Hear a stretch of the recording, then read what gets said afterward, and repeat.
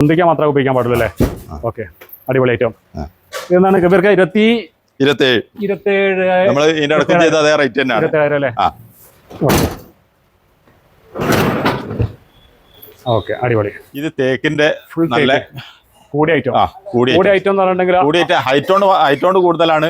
വലുപ്പം എല്ലാം കൊണ്ട് വലുപ്പം ഇതുണ്ട്, ലാർജ് ആണ്. പിന്നെ ഇത് ഇതിൽ തന്നെയാണല്ലോ ഇതിന്റെ ഹാൻഡിൽ കൊടുത്തിരിക്കുന്നത്. ഹാൻഡില് വുഡ് തന്നെ കട്ട് ചെയ്തെടുത്താണല്ലേ? ഡെപ്ത് കൂടുതലുണ്ട്, ഹൈറ്റ് കൂടുതലുണ്ട്, ലെങ്ത് കൂടുതലുണ്ട്. ഡെപ്ത് കൂടുതലാണ്. ഡ്രസ്സിംഗ് ടേബിൾ ഉണ്ട്, കോട്ട് ബോക്സ് ഉണ്ട്, കിങ് സൈസ് സെറ്റ് ആണ്. ഇതിൽ ബെഡ് ഉണ്ടാവില്ല. ഇതോട്ട് പറ്റും. 1,07,200. ഇത് ബോക്സ് ഉള്ള കട്ടില്. ബോക്സ് ഉള്ള കട്ടിലല്ലേ അക്കേഷിന്റെ? ഓക്കെ. ഇവിടെ കൊടുത്തിട്ടുണ്ടല്ലേ?